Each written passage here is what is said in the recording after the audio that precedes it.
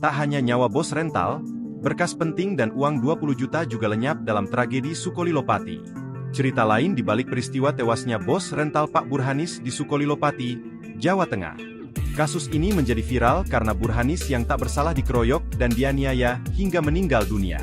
Ternyata, selain membuat hilangnya nyawa Burhanis, aksi pengeroyokan di Sukolilo juga mengakibatkan berkas penting hingga uang tunai milik korban lenyap.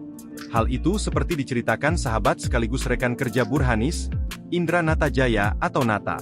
Berkas penting dan uang tunai itu turut lenyap jadi abu usai dibakar warga di Desa Sumbersoko, Kecamatan Sukolilo, Kabupaten Pati, Jawa Tengah, Kamis, 6 Juni 2024, lalu. Mobil Daihatsu Sigra yang dibawa Burhanis dari Jakarta ludes terbakar, saat dia dan 3 rekannya dikeroyok warga, usai dituduh hendak mencuri kendaraan di lokasi.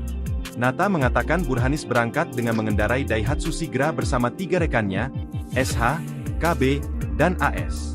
Burhanis dan 3 rekannya hendak mengambil mobil Honda Mobilio yang merupakan aset rental, setelah sekitar 2 pekan digelapkan oleh orang tak dikenal. Para korban ini berangkat ke Pati, mengikuti arahan dari GPS yang memang terpasang di mobil itu.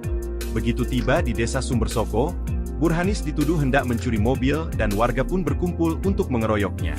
Tak hanya menghajar korban, warga juga membakar mobil Sigra milik Burhanis, yang di dalamnya diduga berisi berkas hingga uang tunai puluhan juta milik korban. Di dalam Sigra itu ada handphone, ada uangnya Bapak Haji Burhan, terus ada data-data rentalnya. Kurang lebih Bapak itu bawa uang 20 jutaan rupiah. Diungkap Nata di rental mobil Mitra Cempaka, Jalan Sumur Batu, Kelurahan Cempaka Baru, Kemayoran, Jakarta Pusat, Sabtu, 15 Juni 2024. Nata menjelaskan, pada awalnya informasi soal kematian Burhanis dikabarkan oleh rekannya yang lain. Kabar itu sampai ke telinga Nata pada Jumat, 7 Juni 2024, paginya. Saat itu, Nata dikabarkan teman dekatnya meninggal karena kecelakaan di jalan tol. Nata menyebut, pada Jumat paginya, ada aparat dari kepolisian yang mendatangi rumah korban. Kedatangan polisi untuk mengungkapkan kejadian sesungguhnya, yang mana Burhanis tewas lantaran dikeroyok massa. Kapolda Jawa Tengah Irjen Pol Ahmad Lutfi menyebut, para pelaku ditangkap saat bersembunyi di kebun dan hutan. Sementara itu, kondisi 3 korban selamat berangsur membaik, namun mereka masih menjalani perawatan medis intensif.